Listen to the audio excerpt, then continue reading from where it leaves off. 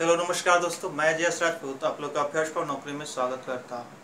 हमेशा की तरह आज मैं फिर आप लोगों के सामने बैंकिंग एंड फाइनेंशियल अवेयरनेस मई पार्ट 1 लेके हाजिर हूं। बीच में 2-3 दिन का गैप हो गया था, थोड़ा सा आजकल वीडियो अप डाउन आ रहा है तो उसके लिए सॉरी। तो आप लोग को हम लोग आज बात करने वाले हैं मई के फर्स्ट वीक के जो फाइनेंशियल अवेयरनेस है उसके रिलेटेड आज क्वेश्चन हम लोग डिस्कस करेंगे और उस न्यूज से संबंधित और कितने क्वेश्चन बन सकते हैं उसको भी हम लोग बात करेंगे। ठीक है, तो चलिए हम लोग इस देखिए आज आप लोग बहुत दिनों के बाद ऊपर की सीटी सुनने को मिलेगी वीडियो में। तो चलिए हम लोग शुरू करते हैं। अगर चैनल पे आप नए देख रहे हैं तो सब्सक्राइब नहीं किए हैं तो सब्सक्राइब कर दीजिएगा, अपने दोस्तों में शेयर कर दीजिएगा। ठीक है, चलिए ऊपर से क्वेश्चन 1 नंबर से हम चलते हैं। यूएनओ ने गरीब देशों में कोरोना से लड़ने के लिए कितना 6.7 बिलियन यूएसडी की सहायता मांगी। यानी कहने का मतलब यूएनओ यानी कि यूनाइटेड नेशन ऑर्गेनाइजेशन ने क्या किया है, यह अपने जो विकसित कंट्री हैं यानी जो पावरफुल कंट्री हैं जैसे यूएसए, रसिया, चाइना वगैरह, ठीक है, इनसे सहयोग राशि मांगी है। किसको देने के लिए? तो जो गरीब देश है उनको, ठीक है, उनको कोरोना से लड़ने के लिए क्या मांगी है? सहयोग राशि। और वह कितनी है? तो आपको याद रखना है कि वह है आपको 6.7 बिलियन यूएसडी। यूएनओ का फुल फॉर्म ये क्वेश्चन पूछा जाता है कि इसका फुल फॉर्म क्या होता है। तो इसको हिंदी में संयुक्त राष्ट्र संघ कहा जाता है और इसको इंग्लिश में यूनाइटेड नेशंस ऑर्गेनाइजेशन कहा जाता है। ठीक है, दूसरा क्वेश्चन बनेगा कि यूएनओ का हेडक्वार्टर आप लोग बताइएगा। दूसरा नेक्स्ट क्वेश्चन बनेगा कि यूएनओ के महासचिव कौन है, इसके हेड कौन है? तो एंटोनियो गुटेरेस है। 193 कंट्री इसमें मेंबर है। नेक्स्ट हम लोग बात कर रहे हैं कि कितनी राशि की बात की गई है, तो 6.7 बिलियन डॉलर। नेक्स्ट बात करते हैं द्वीप देशों की सहायता हेतु मिशन सागर। ठीक है, द्वीप देशों की सहायता हेतु कौन? तो मिशन सागर किसके द्वारा शुरू किया गया? भारत द्वारा शुरू किया गया।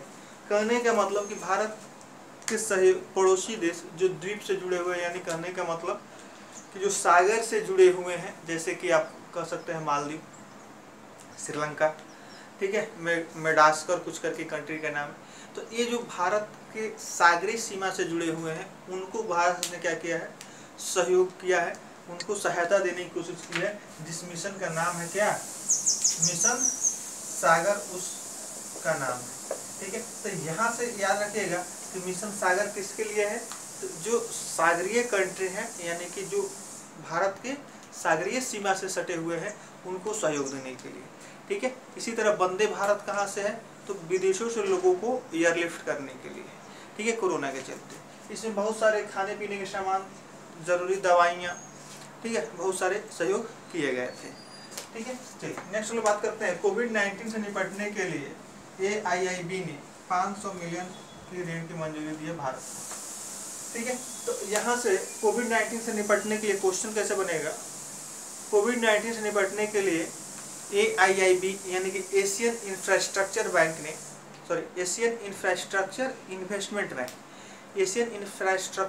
इन्वेस्टमेंट बैंक ने भारत को कितने रुपए की कितने यूएसडी डॉलर, कितने राशि लोन पे दी है? तो यह 500 मिलियन डॉलर। ठीक है, 500 मिलियन डॉलर दी है। तो एक क्वेश्चन बनेगा कि इसका फुल फॉर्म क्या है? तो AIIB का फुल फॉर्म होता है एशियन इंफ्रास्ट्रक्चर इन्वेस्टमेंट बैंक। ठीक है, दूसरा होगा कि इसके अध्यक्ष कौन है? इसके अध्यक्ष हैं gene LinkedIn.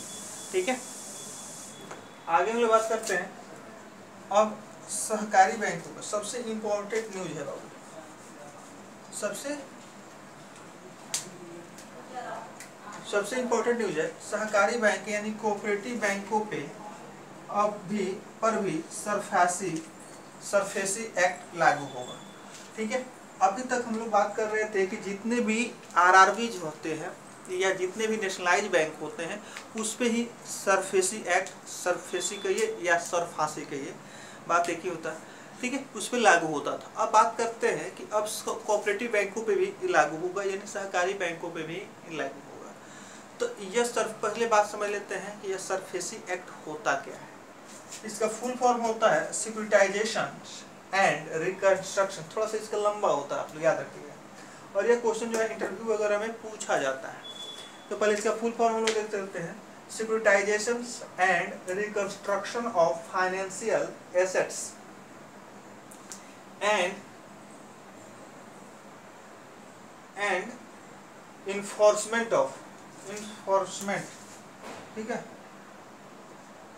Enforcement of security interest act 2002, ठीक है। Securitisation and reconstruction of financial assets and enforcement of security interest act 2002, ठीक है। यह एक्ट है जो किसी भी बैंक का एनपीए वगैरह ज़्यादा बढ़ जाता है तो उस पे लगाया जाता है, ठीक है। बैंकों पे नहीं लगाया जाता है, यह कस्टमर्स पे लगाए जाते हैं।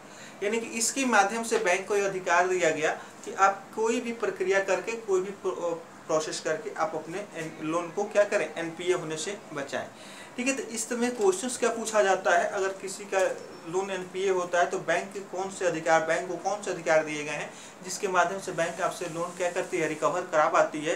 तो एक होता है एआरसी और दूसरा है कौन, ये है सरफासी, ठीक है। तो अब पहले सरकारी बैंकों पे लागू नहीं होता था, लेकिन अब उसको भी शामिल कर दिया गया। यानी कि कोऑपरेटिव बैंक का भी लोन आप लेके बचाइएगा तो आप पे सरफासी लग जाएगा। तो इसमें क्वेश्चन इंटरव्यू में पूछे जाते हैं कि अगर मान लीजिए कि मैं आपसे लोन ले लूं और मैं चुकाने के मूड में नहीं हूं, ठीक है, मैं नहीं चुकाऊं तो एज ए बैंकर आपका क्या प्लान होगा। तो सिंपल सी बात है कि सरफासी लगा देंगे, ठीक है।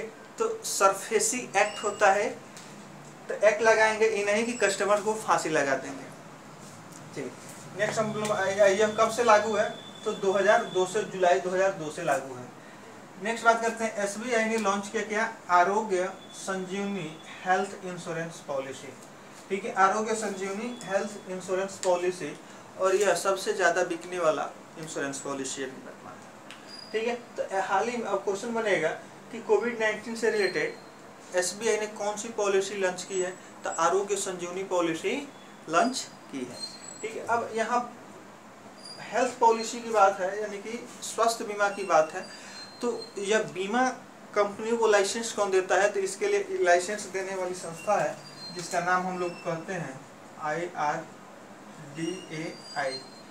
जिसको हम लोग कहते हैं। इसका फुल फॉर्म होता है insurance regulatory development authority of India, ठीक है। किसी भी बीमा कंपनियों को लाइसेंस देना या बीमा पॉलिसी वगैरह लॉन्च करने की अनुमति देने का अधिकार किसको है, ईडा को है या ईडाई को है। इसका हेडक्वार्टर कहाँ है, तो आपको याद रखना है कि हैदराबाद में है, और सुभाष चंद्र खूंटिया इसके क्या है, अध्यक्ष हैं, और इसकी स्थापना आप लोग बताइएगा कि कब हुई थी, ठीक है। 1999 में एक्ट बना था और 2000 में इसकी स्थापना हुई थी ईडाई की, ठीक है। अब बात करते हैं कि एसबीआई ने लॉन्च किया है, तो एसबीआई बैंक ने नहीं, एसबीआई लाइफ एक अलग सी इसकी इंश्योरेंस कंपनी है एसबीआई की, उसके द्वारा लॉन्च किया गया है, ठीक है। उसको भी एसबीआई लाइफ के नाम से जाना जाता है या एसबीआई के नाम से जाना जाता है। और दूसरी बात करते हैं कि एसबीआई, अगर लाइफ की बात की जाए तो अलग संस्था है, बट एसबीआई की हम लोग बात कर लेते हैं आज, तो फास्ट हो रहा है नहीं, हम लोग एसबीआई की बात कर लें कि एसबीआई का राष्ट्रीयकरण 1 जुलाई 1955 को हुआ था। किसके रिकमेंडेशन पे, तो एडी गोरेवाला कमेटी के रिकमेंडेशन पे, ठीक है।